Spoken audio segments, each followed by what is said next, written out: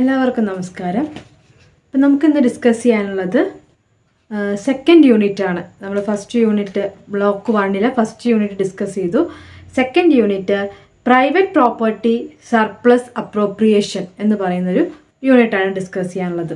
Private property surplus appropriation, അങ്ങനെ 3 കാര്യങ്ങളെക്കുറിച്ച്. ആദ്യം നമുക്ക് എന്താണ് പ്രൈവറ്റ് പ്രോപ്പർട്ടി എന്ന് ഡിസ്കസ് ചെയ്യാം. പ്രൈവറ്റ് പ്രോപ്പർട്ടി എന്ന് പറഞ്ഞാൽ എന്താണ്? പ്രൈവറ്റ് പ്രോപ്പർട്ടിനെ കുറിച്ച് നമുക്ക് പറയാം, ഒരു ആള് അല്ലെങ്കിൽ ഒരു ഗ്രൂപ്പ് കൈയടക്കി വെച്ചിരിക്കുന്ന വെൽത്തിനെ നമുക്ക് എന്ത് പറയാം? പ്രൈവറ്റ് പ്രോപ്പർട്ടി എന്ന് പറയാം. സ്വകാര്യ സ്വത്ത്, സ്വകാര്യമായിട്ട് ഒരാൾ പേഴ്സണലായിട്ട് വ്യക്തിപരമായിട്ട് ഒരാളോ ഒരു ഗ്രൂപ്പോ കൈയടക്കി വെച്ചിരിക്കുന്ന വെൽത്തിനെ നമുക്ക് പ്രൈവറ്റ് പ്രോപ്പർട്ടി എന്ന് പറയാം. Individuals and groups to accumulate wealth and exert control over resources. അപ്പോൾ വെൽത്ത് അല്ലെങ്കിൽ ഏതെങ്കിലും തരത്തിലുള്ള റിസോഴ്സസ് ഒരു പ്രത്യേക ആളുടെ കയ്യിലോ ഗ്രൂപ്പിൻ്റെ കയ്യിലോ ഉള്ളതിനെ നമ്മൾ പ്രൈവറ്റ് പ്രോപ്പർട്ടി എന്ന് പറയാം. ഈ പ്രൈവറ്റ് പ്രോപ്പർട്ടി, സ്വകാര്യ സ്വത്ത് എന്നുള്ള ആശയം മുന്നോട്ട് വെച്ചത് ഒരു ആദ്യകാലത്ത് പ്ലാറ്റോൻ്റെ ഇതിൽ നിന്നാണ് കണ്ടെത്താൻ സാധിച്ചിട്ടുള്ളത്. ഈ പ്രൈവറ്റ് പ്രോപ്പർട്ടി എന്ന ആശയത്തിന് എതിർത്തൊരു വ്യക്തിയാണ് കാൾ മാർക്സ്. അപ്പോൾ പ്ലാറ്റോൻ്റെ ഒരു ഇതിൽ പബ്ലിക്കായിട്ടുള്ള അല്ലെങ്കിൽ ഒരു ഗവൺമെൻറ്റിനോ ഒരു പബ്ലിക് ഇതിൽ പബ്ലിക്കിന് കൺട്രോൾ ഇല്ലാതെ അല്ലെങ്കിൽ എല്ലാവർക്കും ഒരുപോലെ ആക്സസ് കൺട്രോൾ ഇല്ലാതെ ഗവൺമെൻറ്റിൻ്റെ കൺട്രോൾ ഇല്ലാതെ വരുന്ന പ്രോപ്പർട്ടീനെ, ലീഗൽ പ്രോപ്പർട്ടി, നിയമപരമായിട്ട് സ്വത്ത് കൈവശം വെക്കുന്നതിനെയാണ് പ്ലാറ്റോ പ്രൈവറ്റ് പ്രോപ്പർട്ടിയിലൂടെ ഉദ്ദേശിച്ചത്. കാൾ മാർക്സ് ഇതിനെ എതിർത്തൊരു വ്യക്തിയാണ്. ഹി ഒപ്പോസ് പ്രൈവറ്റ് പ്രോപ്പർട്ടി, സ്വകാര്യ സ്വത്തിനെ എതിർത്ത ആളാണ് കാൾ മാർക്സ്. മാർക്സിൻ്റെ വീക്ഷണത്തിൽ സോഷ്യലിസം ആയിരുന്നു അക്യുമുലേറ്റ് ചെയ്യുക, കൈയടക്കി വെക്കുന്നതിനേക്കാളും തുല്യമായിട്ട് എല്ലാവരിലേക്കും എത്തുന്നതിനെയാണ് മാർക്സ് പറഞ്ഞത്. അപ്പോൾ പ്രൈവറ്റ് പ്രോപ്പർട്ടിനെ എതിർത്ത വ്യക്തിയാണ് മാർക്സ്. ഇനി അപ്പോൾ പ്രൈവറ്റ് പ്രോപ്പർട്ടി എന്താണെന്ന് പറഞ്ഞല്ലേ. ഇനി ഈ പ്രൈവറ്റ് പ്രോപ്പർട്ടി എന്ന് പറഞ്ഞ കോൺസെപ്റ്റ് ഡെവലപ്പ് ചെയ്ത് അല്ലെങ്കിൽ ഒറിജിനേറ്റ് ചെയ്ത് വരുന്നത് പണ്ട് കാലം മുതൽക്കേ അത് വന്നിട്ടുണ്ടായിരിക്കാം. പ്രാചീന നാഗരികതകളായിട്ടുള്ള ഈജിപ്ഷ്യൻ, മെസപ്പൊട്ടാമിയ, ഹാരപ്പ തുടങ്ങിയ ഇതിലൊക്കെയും ഈ ഒരു വെൽത്ത് അല്ലെങ്കിൽ റിസോഴ്സസ് കൈയടക്കി വെക്കുന്ന ഒരു സിസ്റ്റം ഉള്ളതായിട്ട് നമുക്ക് കാണാൻ സാധിക്കുന്നു. ഇതിനൊരു നിയമപരമായിട്ടുള്ള സാധ്യത വന്നത് മിഡീവൽ യൂറോപ്പിലാണ്. മധ്യകാല യൂറോപ്പ് എടുത്തു നോക്കുമ്പോഴാണ് ഈ സ്വകാര്യ സ്വത്ത് കൈയടക്കി വെക്കുന്നതിന് ഒരു നിയമസാധ്യത വരുന്നത് മിഡീവൽ യൂറോപ്പിലാണ്. ഇൻഡസ്ട്രിയലൈസേഷൻ, ക്യാപിറ്റലിസം തുടങ്ങിയ ഇതൊക്കെ വന്നപ്പോൾ, ഇൻഡസ്ട്രിയൽ റവല്യൂഷൻ്റെ ഒക്കെ സമയത്ത്, അതായത് ആ ഒരു കാലഘട്ടത്തിലാണ് 18-19 നൂറ്റാണ്ടുകളിൽ ഈ ഒരു പ്രൈവറ്റ് പ്രോപ്പർട്ടി എന്ന് പറയുന്നത് സമ്പദ് വ്യവസ്ഥയെ തന്നെ നിയന്ത്രിക്കുന്ന ഒരു പ്രധാന ഘടകമായിട്ട് മാറുന്ന സ്ഥിതിയും ഉണ്ടായിട്ടുണ്ടായിരുന്നു. അങ്ങനെയാണ് പ്രൈവറ്റ് പ്രോപ്പർട്ടിക്ക് കൂടുതൽ പ്രാധാന്യം 18-19 നൂറ്റാണ്ടുകളിൽ യൂറോപ്പിൽ ഉണ്ടാവുന്നത്. ഇനി പ്രൈവറ്റ് പ്രോപ്പർട്ടി ഒരു സമൂഹത്തിൻ്റെ രൂപീകരണത്തിൽ എന്തൊക്കെ പ്രാധാന്യം വഹിക്കുന്നു? Role of private property in social formation, ഒരു സാമൂഹിക ഘടന രൂപപ്പെടുത്തുന്നതിൽ പ്രൈവറ്റ് പ്രോപ്പർട്ടിയുടെ ഇൻഫ്ലുവൻസ് എന്തൊക്കെയാണെന്ന് നോക്കാം. ഒന്നാമതായിട്ട് പറയുന്നത് encouraging innovation and investment. Encourage ചെയ്യുന്നു. എന്തിനൊക്കെ എൻകറേജ് ചെയ്യുന്നത്? ഇൻവെസ്റ്റ് ചെയ്യാൻ, സുരക്ഷിതമായിട്ട് വെക്കാൻ, ഇന്നൊവേഷൻ, പുതുതായിട്ട് എന്തെങ്കിലുമൊക്കെ തുടങ്ങാൻ. ഈ 2 കാര്യങ്ങളിലും പ്രൈവറ്റ് പ്രോപ്പർട്ടി ഉണ്ടെങ്കിൽ ആ ഒരു ഇന്നൊവേഷൻ നൽകുന്നു, ഇൻവെസ്റ്റ് ചെയ്യാൻ സഹായിക്കുന്നു. അപ്പോൾ ഇൻവെസ്റ്റ് ചെയ്യുന്നതോടുകൂടെ എന്താ ഉണ്ടാവുന്നത്? ഇൻവെസ്റ്റ് ചെയ്യുമ്പോൾ കൂടുതൽ എന്താ പറയുക, കാര്യങ്ങൾ പ്രൊഡ്യൂസ് ചെയ്യാൻ അല്ലെങ്കിൽ കൂടുതൽ ഉൽപ്പന്നങ്ങൾ ഉണ്ടാക്കാനൊക്കെ സാധിക്കുന്നു. അപ്പോൾ നമ്മൾക്കൊരു ബിസിനസ് നടത്തി ആ ബിസിനസ്സിൽ നിന്ന് ലാഭം ഉണ്ടായി, അതെന്ത് ചെയ്യാണ്? ഇൻവെസ്റ്റ്മെൻറ്റ് വരികയാണ് അല്ലേ, അത് നമുക്ക് വരികയാണ്, അത് വിചാരിച്ച് വേറൊരു ഇത് തുടങ്ങുകയാണ്. അങ്ങനെ ഇൻവെസ്റ്റ്മെൻറ്റ് എന്ന് പറയുന്ന ഒരു സാധ്യത കൊണ്ടുവരികയാണ്. പുതിയ സംരംഭങ്ങൾ തുടങ്ങാനുള്ളൊരു ഇന്നൊവേഷൻ, ഒരു സാധ്യതയും ഇതിലൂടെ വരുന്നുണ്ട്. അടുത്തൊരു റോൾ എന്ന് പറയുന്നത് എഫിഷ്യൻറ്റ് അലോക്കേഷൻ ഓഫ് റിസോഴ്സസ് എന്ന് പറഞ്ഞാൽ എന്താണ്? ഈ ആ സാധനങ്ങളൊക്കെ പ്രൊഡ്യൂസ് ചെയ്യാൻ വേണ്ടുന്ന റിസോഴ്സസ് ഉണ്ടായിരിക്കും അല്ലേ? ഈ റിസോഴ്സസ് ആവശ്യത്തിനനുസരിച്ച് ഉപയോഗിക്കാൻ, നീഡ്സ് ആൻഡ് ഡിസയേഴ്സ്, നമ്മുടെ ആവശ്യങ്ങൾക്കും താല്പര്യങ്ങൾക്കും അനുസരിച്ച് ഉപയോഗിക്കാൻ സാധിക്കുന്നു. എഫിഷ്യൻ്റ് അലോക്കേഷൻ ഓഫ് റിസോഴ്സസ്, കൃത്യമായ രീതിയിൽ റിസോഴ്സസ് ഉപയോഗിക്കാൻ എന്ത് സാധിക്കുന്നു? ഈ പ്രൈവറ്റ് പ്രോപ്പർട്ടി ഉള്ളത് കൊണ്ട് സാധിക്കുന്നുണ്ട്. അതിനോടൊപ്പം തന്നെ ഈ റിസോഴ്സസ് എന്ന് പറയുന്ന സംഭവം അങ്ങോട്ടും ഇങ്ങോട്ടും കൈമാറ്റം ചെയ്യാനും സാധിക്കുന്നുണ്ട്. അതും പ്രൈവറ്റ് പ്രോപ്പർട്ടിയുടെ ഒരു സോഷ്യൽ ഫോർമേഷനിൽ ഉപകാരപ്രദമാണ്. ദെൻ നെക്സ്റ്റ് ഒരു ഇതാണ് എക്കണോമിക് ഗ്രോത്ത് ആൻഡ് ഡെവലപ്മെൻറ്റ്. സമ്പദ് വ്യവസ്ഥയുടെ വളർച്ച, അതുപോലെ തന്നെ മൊത്തം ഒരു സാമൂഹികപരമായിട്ടുള്ള വളർച്ചയും ഉണ്ടാവുന്നുണ്ട്. അപ്പോൾ അതെന്ന് പറഞ്ഞപ്പോൾ ഒരു പ്രൈവറ്റ് പ്രോപ്പർട്ടി ഉള്ള ഒരു വ്യക്തി ആ അദ്ദേഹത്തിൻ്റെ സ്വകാര്യ സ്വത്ത് ഉപയോഗിച്ചുകൊണ്ട്, അല്ലെങ്കിൽ ഗ്രൂപ്പിൻ്റെ ഒരു സ്വകാര്യ സ്വത്ത് ഉപയോഗിച്ചുകൊണ്ട് പബ്ലിക്കിന് ഗുണകരമായിട്ടുള്ളൊരു സർവീസ് നടത്തുകയാണെങ്കിൽ, അത്തരത്തിലൊരു വികസനം ഉണ്ടാവുകയാണെങ്കിൽ നമുക്ക് എന്ത് ചെയ്യാൻ പറ്റും? സമ്പദ് വ്യവസ്ഥയുടെ ഡെവലപ്മെൻ്റ് ആയിട്ടും ഗ്രോത്ത് ആയിട്ടും കാണാൻ സാധിക്കും. അതിനോടൊപ്പം തന്നെ ഇപ്പോൾ ഒരു എന്താ പറയുക, ഒരു കമ്പനി തുടങ്ങി, അതിലെന്താ ഒരുപാട് ജോലിക്കാർ ആവശ്യം വരും അല്ലേ? അപ്പോൾ ഒരുപാട് ജോബ് ക്രിയേഷൻ, ഒരുപാട് ജോലി സാധ്യതകൾ ഉണ്ടാക്കുക, അത് പ്രകാരം തൊഴിലില്ലായ്മ കുറയ്ക്കുക, ഇങ്ങനത്തെ സംഭവങ്ങളൊക്കെ ഉണ്ടാവുന്നുണ്ട്. അപ്പോൾ എക്കണോമിക്കലി അങ്ങനത്തെ ഒരു വളർച്ച ഇവിടെ സംഭവിക്കുന്നുണ്ട്. ദെൻ നെക്സ്റ്റ് ഒരു സോഷ്യൽ ഫാക്ടറാണ് പ്രൈവറ്റ് പ്രോപ്പർട്ടിയുടെ സോഷ്യൽ ഇന്നീക്വാലിറ്റി. സാമൂഹികപരമായിട്ട് ഉള്ള അന്തരം, ഉള്ളവരും ഇല്ലാത്തവരും തമ്മിലുള്ള അന്തരം, സാമൂഹികപരമായിട്ടുള്ള ഇന്നീക്വാലിറ്റി, അസമത്വം എന്ന് പറയുന്ന സംഭവം എന്താണ്? കൂടി വരികയാണ് ചെയ്യുന്നത്. സമത്വമില്ലായ്മ കൂടി വരുന്നു. അപ്പോൾ ഒരു പ്രൈവറ്റ് പ്രോപ്പർട്ടി കൈയടക്കി വെച്ചിരിക്കുന്ന ഒരാളും അയാളത് കൈയടക്കി വെച്ചിരിക്കുകയാണ്. എല്ലാവർക്കും ഉപയോഗിക്കാനുള്ള സ്വത്ത് അല്ലെങ്കിൽ റിസോഴ്സസ് അതൊക്കെ അയാൾ കൈയടക്കി വെച്ചിരിക്കുമ്പോൾ അതിൻ്റെ മറ്റ് അവകാശികൾക്ക് അത് കിട്ടാതെ വരുന്നൊരു സാധ്യത. അപ്പോൾ സാമൂഹികപരമായിട്ടുള്ളൊരു ഇൻഈക്വാലിറ്റി, ഒരു സമത്വമില്ലായ്മ രൂപപ്പെടാനും ഇത് കാരണമാകുന്നു. അതൊരു വലിയ പോരായ്മയാണ് ഈ ഒരു പ്രൈവറ്റ് പ്രോപ്പർട്ടിയുടെ കാര്യത്തിൽ. ദെൻ മറ്റൊരു സോഷ്യൽ ഫാക്ടറാണ് എൻവയോൺമെൻറ്റൽ കൺസേൺസ്. ഇപ്പോൾ എൻവയോൺമെൻറ്റിന് അല്ലെങ്കിൽ പ്രകൃതിനെ നെഗറ്റീവായിട്ട് ഈ ഒരു അക്യുമുലേഷൻ ഓഫ് പ്രൈവറ്റ് പ്രോപ്പർട്ടി വരുന്നുണ്ട്. അപ്പോൾ പ്രൈവറ്റ് പ്രോപ്പർട്ടിയിലൂടെ ഒരുപാട് സാമൂഹ്യപരമായിട്ട് അല്ലെങ്കിൽ എൻവയോൺമെൻറ്റിനെ, പ്രകൃതി ചൂഷണം ചെയ്യാനുള്ള ടെൻഡൻസി വരുന്നുണ്ട്. കൂടുതൽ പ്രൊഡ്യൂസ് ചെയ്യാൻ വേണ്ടിയിട്ട് എന്താണ്, കൂടുതൽ മരങ്ങൾ മുറിക്കും, ചിലപ്പോൾ കൂടുതൽ നമ്മുടെ മണ്ണിൽ നിന്ന് കിട്ടുന്ന പല ധാതുക്കളും കൂടുതലായിട്ട് ഉപയോഗിക്കാൻ തുടങ്ങും. അത്തരത്തിൽ പ്രകൃതിയെ പല രീതിയിൽ ചൂഷണം ചെയ്യാനുള്ള സാധ്യതയും ഈ പ്രൈവറ്റ് പ്രോപ്പർട്ടിയിലൂടെ സംഭവിക്കുന്നുണ്ട്. അപ്പോൾ ഇതാണ് പ്രൈവറ്റ് പ്രോപ്പർട്ടി ഒരു സാമൂഹിക സ്ഥിതിയിൽ ഉണ്ടാക്കുന്ന സാമൂഹിക മാറ്റങ്ങളായിട്ട് വരുന്നത്. എന്തൊക്കെയാണ്? Encouraging innovation and investment, efficient allocation of resources, social inequality, environmental concerns, then economic growth and development. ഇത്രയും കാര്യങ്ങളാണ് പറയുന്നത്. ഇനി നമ്മൾ അടുത്തായിട്ട് ഡിസ്കസ് ചെയ്യാണ് പ്രൈവറ്റ് പ്രോപ്പർട്ടി ഒരു എക്കണോമിക് സിസ്റ്റത്തിനെ എങ്ങനെ മുന്നോട്ട് കൊണ്ടുപോകുന്നു. സ്വകാര്യ സ്വത്ത് എന്ന് പറയുന്നത് ഒരു സമ്പദ് വ്യവസ്ഥയെ എങ്ങനെ കൊണ്ടുപോകുന്നു വെച്ചിട്ടുണ്ടെങ്കിൽ, പ്രൈവറ്റ് പ്രോപ്പർട്ടിയിലൂടെ എന്തുണ്ടാവുന്നു? ഒരു ക്യാപിറ്റലിസ്റ്റ് എക്കോണമിയാണ് പ്രൈവറ്റ് പ്രോപ്പർട്ടിയിൽ ഉണ്ടാകുന്നത്. ക്യാപിറ്റലിസം എന്ന് പറയുന്ന ഒരു ആശയമാണ് അവിടെ രൂപപ്പെടുന്നത്. സോഷ്യലിസം അല്ല, ക്യാപിറ്റലിസമാണ് രൂപപ്പെടുന്നത്. ഈ ക്യാപിറ്റലിസത്തിലൂടെ എന്തുണ്ടാകുന്നു?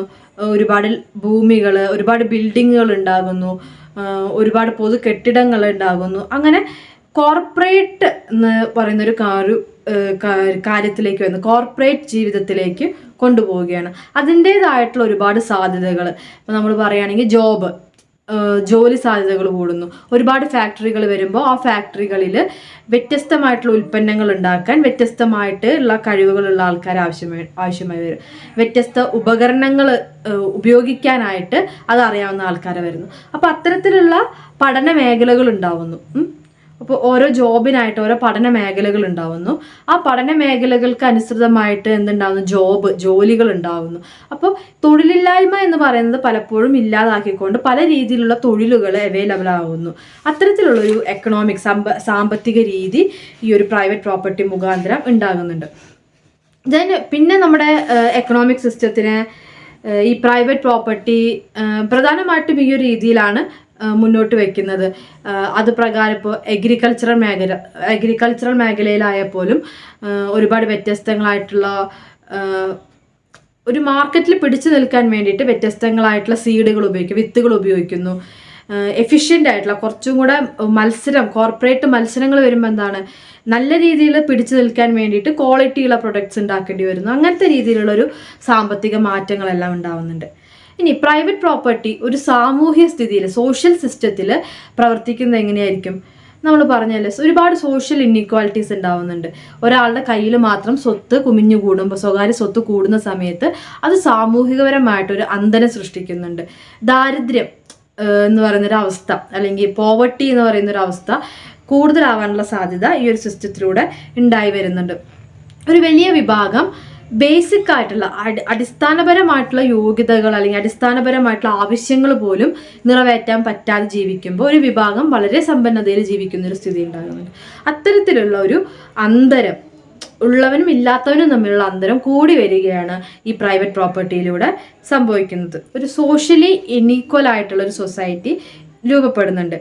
ഇനി പൊളിറ്റിക്കൽ സിസ്റ്റത്തിലേക്ക് നോക്കുമ്പോൾ പ്രൈവറ്റ് പ്രോപ്പർട്ടി ഒരു പൊളിറ്റിക്കൽ സിസ്റ്റത്തിനെ എങ്ങനെ നിയന്ത്രിക്കുന്നു നോക്കുമ്പോൾ നമുക്ക് പൊതുവെ പറയുന്ന കാര്യം അല്ലേ, പണമുള്ളവൻ്റെ കയ്യിൽ അധികാരം ഉണ്ടാവും എന്നുള്ളത്. ആ രീതിയിൽ തന്നെയാണ് പറഞ്ഞു പോകുന്നത്. ഇപ്പോൾ ഒരു സ്വകാര്യ സ്വത്ത് കൈയടക്കുന്ന ഒരു വ്യക്തി, അയാൾക്ക് കൂടുതൽ ഗവൺമെൻറ്റിനെ സ്വാധീനിക്കാൻ കഴിയുന്ന തരത്തിലുള്ള പ്രവർത്തനങ്ങൾ നടത്താൻ പറ്റും. ഇപ്പോൾ ഗവൺമെൻറ് ഒരു എല്ലാവർക്കും ഗുണകരമായിട്ടുള്ളൊരു സംഭവം കൊണ്ടുവരുമ്പോൾ ഈ സ്വകാര്യ സ്വത്തുള്ള ആൾക്ക് പല രീതിയിലും അത് അയാൾക്ക് മാത്രം നേട്ടമുണ്ടാക്കുന്ന രീതിയിൽ ഉപയോഗിക്കാൻ സാധിക്കും. അത് അയാളുടെ പവർ, പൊളിറ്റിക്കലി ആ പവർ യൂസ് ചെയ്യാൻ സാധിക്കുന്നുണ്ട്. അതാണ് പ്രൈവറ്റ് പ്രോപ്പർട്ടി ഒരു പൊളിറ്റിക്കൽ സിസ്റ്റത്തിൽ ഉണ്ടാക്കുന്ന മാറ്റമെന്ന് പറയുന്നത്. ഒരു പൊളിറ്റിക്കൽ ഡിസിഷൻ മേക്കിംഗ്, രാഷ്ട്രീയപരമായിട്ട് തീരുമാനമെടുക്കാനുമുള്ള ഒരു സാധ്യത ഈ പ്രൈവറ്റ് പ്രോപ്പർട്ടിക്ക് ഉണ്ട്. അപ്പോൾ നമ്മൾക്കിപ്പോൾ ഉദാഹരണമല്ല, ജസ്റ്റ് ഇപ്പോൾ നമ്മളൊരു റോഡ് നിർമ്മാണമായിട്ട് ബന്ധപ്പെട്ട് നോക്കാം. ഇപ്പോൾ റോഡ് നിർമ്മാണം ഒരു സ്വകാര്യ കമ്പനീനെ ഏൽപ്പിച്ചു വിചാരിക്കാം, അവരാണ് അതിൻ്റെ കോൺട്രാക്ടർ. അപ്പോൾ ഈ റോഡ് നിർമ്മാണവുമായി ബന്ധപ്പെട്ടുകൊണ്ട് ഒരു വലിയൊരു വർക്ക് അവരെ ഏൽപ്പിച്ചു. പിന്നെ അവർ പറയുന്ന രീതിയിലേക്ക് ഗവൺമെൻറ് എല്ലാ കാര്യങ്ങളും ഫോളോ ചെയ്യേണ്ടി വരികയാണ്. ഇത് ചെറിയൊരു മേഖലയിൽ. അങ്ങനെ വലിയ മേഖലകളിൽ വലിയ ഇതിലൊക്കെ ഗവൺമെൻറ് ഇൻവെസ്റ്റ്മെൻറ്റ് നടത്തുമ്പോൾ പലപ്പോഴും ഈ പ്രൈവറ്റ് പ്രോപ്പർട്ടി കൈയാളുന്ന ക്യാപിറ്റലിസ്റ്റ് രീതികളിലെ അനുസരിക്കേണ്ട ഒരു സ്ഥിതി വരുന്നു. അങ്ങനെ അവർ പറയുന്നത് കേട്ടുകൊണ്ട് തീരുമാനങ്ങൾ എടുക്കേണ്ട ഒരു അവസ്ഥ ഗവൺമെൻറ്റിന് വരുന്നത്. അതാണ് പൊളിറ്റിക്കൽ സിസ്റ്റത്തിലെ പവർ ഹോൾഡ് ചെയ്യുന്ന സിസ്റ്റം എന്ന് പറയുന്നത്.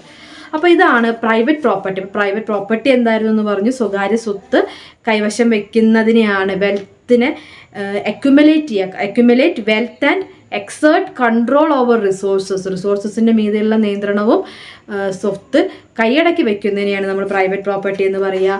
ക്യാപിറ്റലിസം, ഇൻഡസ്ട്രിയലൈസേഷൻ, ഇതിൻ്റെയൊക്കെ ഒരു ഭാഗം തന്നെയാണ് പ്രൈവറ്റ് പ്രോപ്പർട്ടി എന്ന് പറയുന്നത്. അതിൻ്റെ റോൾ, സൊസൈറ്റിയിൽ അതിന് എന്തൊക്കെ റോൾ ഉണ്ടെന്ന് പറഞ്ഞു. അതിൽ തന്നെ പ്രൈവറ്റ് പ്രോപ്പർട്ടി ഒരു എക്കണോമിക് സിസ്റ്റത്തിൽ, സോഷ്യൽ സിസ്റ്റത്തിൽ, പൊളിറ്റിക്കൽ സിസ്റ്റത്തിൽ എങ്ങനെയൊക്കെ പ്രവർത്തിക്കുന്നു എന്ന് നമ്മൾ പറഞ്ഞു. ഇനി അടുത്തൊരു ടേമാണ് സർപ്ലസ്.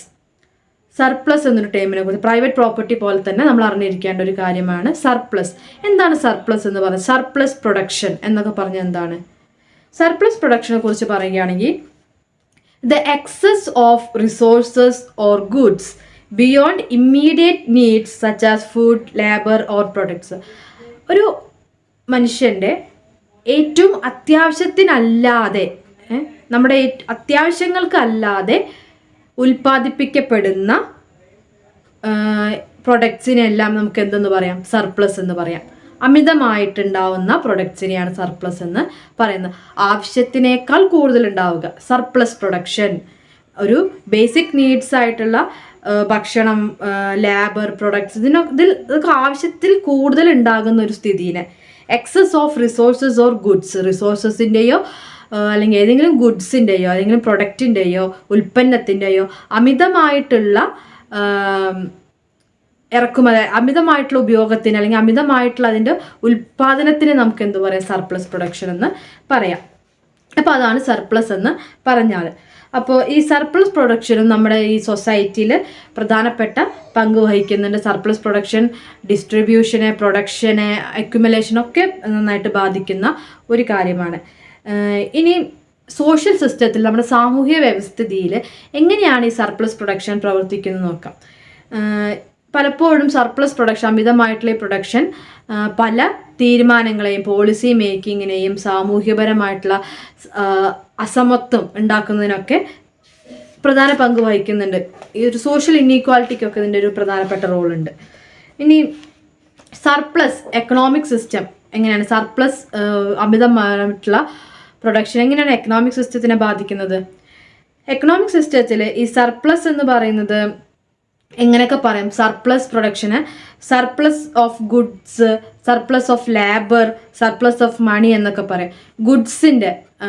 ഗുഡ്സിൻ്റെ സർപ്ലസ്, അതുപോലെ തന്നെ ലേബർ തൊഴിലാളികൾ കൂടുതലായിട്ട് വരിക, മണി പൈസ കൂടുതലായിട്ട് വരിക, ഇങ്ങനത്തെ പല രീതിയിലുള്ള സർപ്ലസുകളും ഒരു എക്കോണമിയിൽ ഉണ്ടായിരിക്കുന്നു.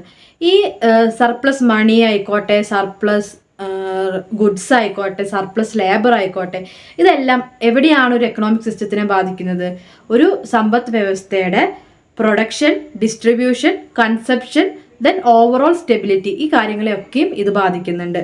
പ്രൊഡക്ഷൻ ഉൽപാദനത്തിനെ, വിതരണത്തിനെ, വാങ്ങിച്ച് ഉപയോഗിക്കുന്ന കൺസംഷൻ, പിന്നെ ആ സമ്പദ് വ്യവസ്ഥ നിലനിൽക്കുന്ന മൊത്തം സാഹചര്യത്തിന് സ്റ്റെബിലൈസ് ആയിട്ട് എന്താ പറയുക, നല്ലപോലെ നിയന്ത്രിച്ചു പോകുന്നതിനൊക്കെ തന്നെ എന്ത് ബാധിക്കുന്നുണ്ട്? ഈ ഒരു സർപ്ലസ് എന്ന് പറയുന്ന കാര്യം ബാധിക്കുന്നുണ്ട്. അപ്പോൾ ഒരു എക്കണോമിക് സിസ്റ്റത്തിൽ ആദ്യം പ്രൊഡക്ഷനെ എങ്ങനെ ബാധിക്കുന്നു? ബോത്ത് പോസിറ്റീവ് ആൻഡ് നെഗറ്റീവ് ആയിട്ട് ഈ സർപ്ലസ് എന്ന് പറയുന്ന സിസ്റ്റം പ്രൊഡക്ഷനെ ബാധിക്കുന്നുണ്ട്. അതിൻ്റെ പോസിറ്റീവായിട്ടുള്ള കാര്യം നോക്കുകയാണെങ്കിൽ, പോസിറ്റീവായിട്ടെന്ന് പറഞ്ഞു കഴിഞ്ഞാൽ പ്രൊഡക്ഷൻ കൂടുമ്പോൾ എന്തുണ്ടാകുന്നു? കൂടുതൽ തൊഴിലവസരങ്ങൾ ഉണ്ടാകുന്നു, കൂടുതൽ തൊഴിലാളികൾ ആവശ്യം വരുന്നു, അൺഎംപ്ലോയ്മെൻറ്റ് എന്ന് പറയുന്ന സംവിധാനത്തിന് ഒരു പരിധിവരെ പരിഹാരം കണ്ടെത്താൻ സാധിക്കുന്നു. അങ്ങനത്തെ ഉള്ള ഒരുപാട് കാര്യങ്ങൾ പ്രൊഡക്ഷനിൽ ഉണ്ടാകുന്നുണ്ട് പോസിറ്റീവായിട്ട്. അതിനോടൊപ്പം തന്നെ പ്രൊഡക്ഷൻ കൂടുമ്പോൾ ഒരുപാട് സംഭവങ്ങൾ നമുക്ക് മറ്റ് സ്ഥലങ്ങളിലേക്ക് കയറ്റി അയച്ചുകൊണ്ട് സമ്പദ് വ്യവസ്ഥ കൂടുതൽ ഭദ്രമാക്കാനും എക്സ്പോർട്ടിങ് കൂടിയിട്ട് കൂടുതൽ ഭദ്രമാക്കാനും സാധിക്കുന്നുണ്ട്. ഇനി അതിൻ്റെ നെഗറ്റീവായിട്ട് പറയുക എന്താണ്? സർപ്ലസ് ആയിട്ട് പ്രൊഡക്ഷൻ നടന്നു, അപ്പോൾ ഓവറായിട്ടൊരു സാധനം നമ്മൾ ഉണ്ടാക്കി വെച്ച് കഴിഞ്ഞിട്ടുണ്ടെങ്കിൽ ചിലപ്പോൾ എന്തായി, അത്രയും നമുക്ക് ആവശ്യം വരില്ല. നമ്മുടെ ബേസിക് നീഡ്സിലും കൂടുതലായിട്ടുണ്ടെങ്കിൽ ഒരു പ്രൊഡക്ഷൻ ഉണ്ടാക്കി വെച്ചിട്ടുണ്ടെങ്കിൽ അത്രയും ആവശ്യം വരില്ല. അപ്പോൾ ഓവർ പ്രൊഡക്ഷൻ ആയില്ലേ? ഓവർ പ്രൊഡക്ഷൻ ആയപ്പോൾ പലപ്പോഴും എന്ത് പറ്റുന്നില്ല, അത്രയും മേടിച്ച് ഉപയോഗിക്കേണ്ടി വരുന്നില്ലാതെ വരുമ്പോൾ ആ സാധനങ്ങൾ നഷ്ടത്തിലേക്ക് പോകാനും നഷ്ടത്തിലേക്ക് പോകാനുള്ള സാധ്യതയും ഉണ്ടാകുന്നു. പ്രോഫിറ്റ് ഇല്ലാതെ, വിൽപ്പന നടക്കാതെ, സെല്ലിംഗ് നടക്കാതെ കെട്ടിക്കിടക്കാനുള്ള സാഹചര്യവും ഉണ്ട്. അപ്പോൾ അതാണ് അതിൻ്റെ ഒരു നെഗറ്റീവ് വശം എന്ന് പറയുന്നത്. ഇനി ഡിസ്ട്രിബ്യൂഷന്, വിതരണത്തിന് എങ്ങനെ ബാധിക്കുന്നു നോക്കാം. വിതരണത്തിൻ്റെ കാര്യം പറയുമ്പോൾ വിതരണം തന്നെ നമുക്ക് എന്ത് രീതിയിൽ നടത്താം? രണ്ട് രീതിയിൽ വിതരണം നടത്താം. എന്താ പറയുക, വളരെ സുതാര്യമായിട്ടുള്ള വിതരണം നടത്താം, അതേസമയം അവനവൻ്റെ ഇഷ്ടക്കാർക്ക് മാത്രം കൂടുതൽ നൽകി മറ്റുള്ളവർക്ക് കൊടുക്കാതെ വിതരണം നടക്കും. അപ്പോൾ വിതരണം എന്ന് പറയുമ്പോൾ രണ്ടുണ്ട്. ഫെയർലി ഡിസ്ട്രിബ്യൂട്ട്, നമ്മുടെ എന്താ പറയുക, ആവശ്യങ്ങൾക്കനുസരിച്ച് വളരെ നല്ല രീതിയിൽ നടത്തുന്ന ഡിസ്ട്രിബ്യൂഷൻ ഉണ്ട്. അങ്ങനെ ഡിസ്ട്രിബ്യൂട്ട് ചെയ്യുമ്പോൾ എന്താണ്, അത് എല്ലാവരിലേക്കും എത്തി എല്ലാവർക്കും ആവശ്യത്തിന് ഉപയോഗിച്ച് അതൊരു ഗുഡ് ഫാക്ടറാണ് സർപ്ലസ് ഡിസ്ട്രിബ്യൂഷൻ എന്ന് പറയുന്നത്. അത് സമ്പദ് വ്യവസ്ഥയുടെ ഉയർച്ചയ്ക്കും എല്ലാവർക്കും സാമൂഹികപരമായിട്ട് തുല്യത ലഭിക്കുന്നതിനുമൊക്കെ കാരണമാവുന്നു. പോവർട്ടി, ദാരിദ്ര്യം ഇല്ലാതാക്കാനും സാമൂഹികപരമായിട്ടുള്ളൊരു സുരക്ഷിതത്വം നൽകാനൊക്കെ ഇത്തരത്തിലുള്ള ഡിസ്ട്രിബ്യൂഷൻ സഹായിക്കും. അതേസമയം നമ്മൾ പറഞ്ഞ പോലെ ചില പ്രത്യേക ആൾക്കാർക്ക് മാത്രം കൂടുതൽ നൽകുക, ചിലവർക്ക് തീരെ നൽകാതിരിക്കുക, അങ്ങനെ വരുമ്പോൾ എന്താണ്, സാമൂഹ്യപരമായിട്ട് സമത്വമില്ലായ്മ അവിടെ വരികയും അത് കൂടുതൽ സങ്കീർണമാവുകയും ചെയ്യുന്ന സ്ഥിതി വരും. അതാണ് ഡിസ്ട്രിബ്യൂഷൻ്റെ കാര്യത്തിൽ പറയുന്നത്. ഇനി സർപ്ലസ് കൺസംഷൻ, കൂടുതലായിട്ട് മേടിക്കുക, സർപ്ലസ് ആയിട്ട് കൺസ്യൂം ചെയ്യുന്ന, നമ്മുടെ ആവശ്യങ്ങൾക്ക് കൂടുതൽ സാധനം മേടിച്ചാൽ എന്താ കാര്യം, അത് കേടായി ആവശ്യമില്ലാതെ പോകും. പലപ്പോഴും നമ്മുടെ ആവശ്യങ്ങളേക്കാൾ കൂടുതൽ, ബേസിക് നീഡ്സിനേക്കാൾ കൂടുതൽ, അടിസ്ഥാന ആവശ്യങ്ങളേക്കാൾ കൂടുതൽ സാധനങ്ങൾ മേടിച്ചാൽ പലപ്പോഴും അത് നെഗറ്റീവായിട്ട് ബാധിക്കാനുള്ള സാധ്യതയും ഉണ്ട്. അതിനോടൊപ്പം തന്നെ ഇത്തരത്തിൽ മേടിക്കുന്ന സമയത്ത് നമ്മൾ ഒരുപാട്, ഇപ്പോൾ ഭക്ഷണം നമ്മൾ കഴിക്കുന്നതിനേക്കാൾ കൂടുതൽ ഭക്ഷണം മേടിച്ചു വിചാരിക്കാം. ആ ഭക്ഷണം മേടിച്ച് കഴിഞ്ഞിട്ടുണ്ടെങ്കിൽ നമുക്ക് കഴിക്കാൻ പറ്റില്ല, നമുക്ക് ആവശ്യത്തിനേ കഴിക്കാൻ പറ്റുള്ളൂ. അപ്പോൾ എന്തായി, വേസ്റ്റ് വന്ന് നമ്മളത് പുറത്തു കൊണ്ടേ തട്ടി. അങ്ങനെ എൻവയോൺമെൻറ്റിനെ ചൂഷണം ചെയ്യുന്ന ഒരു രീതി, പല രീതിയിലും നമ്മൾ ഓവറായിട്ട് മേടിച്ചിട്ട് അത് പിന്നീട് എൻവയോൺമെൻറ്റിന് ദോഷകരമാവുന്ന രീതിയിലേക്ക് പോകുന്നൊരു സ്ഥിതിയുണ്ട്. അപ്പോൾ കൺസംഷൻ്റെ ഒരു പ്രശ്നം അതാണ്. അപ്പോൾ ഇത്തരത്തിൽ ഓവറോൾ ആയിട്ട് ഒരു സമ്പദ് വ്യവസ്ഥേനെ പിടിച്ചു നിർത്താൻ സർപ്ലസ് എന്ന് പറയുന്ന ഒരു ആശയത്തിന് സാധിക്കുന്നുണ്ട്. ഓവർ പ്രൊഡക്ഷനോ ഓവർ ഡിസ്ട്രിബ്യൂഷനോ ഓവർ കൺസപ്ഷനോ ഒക്കെ സാധിക്കുന്നുണ്ട് എന്നർത്ഥം. ഇനി പൊളിറ്റിക്കൽ സിസ്റ്റത്തിലും ഈ പറഞ്ഞ രീതിയിൽ തന്നെയാണ് ഉണ്ടാവുന്നത്. പവർ കൺട്രോളിങ് ഫാക്ടറായിട്ട് പലപ്പോഴും ഈ ഒരു സർപ്ലസ് എന്ന് പറയുന്നത് നിൽക്കുന്നുണ്ട്. അപ്പോൾ ഇത്രയാണ് സർപ്ലസ് എന്ന് പറയുന്ന ഒരു ആശയത്തിൽ നമുക്ക് ഡിസ്കസ് ചെയ്യാനുള്ളത്. അപ്പോൾ സർപ്ലസ് എന്ന് പറഞ്ഞാൽ എന്താണ്? Excess of resources or goods beyond immediate needs. ആവശ്യത്തിനേക്കാൾ കൂടുതലുള്ള സാധനങ്ങളുടെ ഉപയോഗത്തിനെ നമുക്ക് എന്തെന്ന് പറയാം? സർപ്ലസ് എന്ന് പറയാം. അപ്പോൾ ഇത്രയാണ് സർപ്ലസും പ്രൈവറ്റ് പ്രോപ്പർട്ടീനെ കുറിച്ച് നമുക്ക് ഡിസ്കസ് ചെയ്യാനുള്ളത്.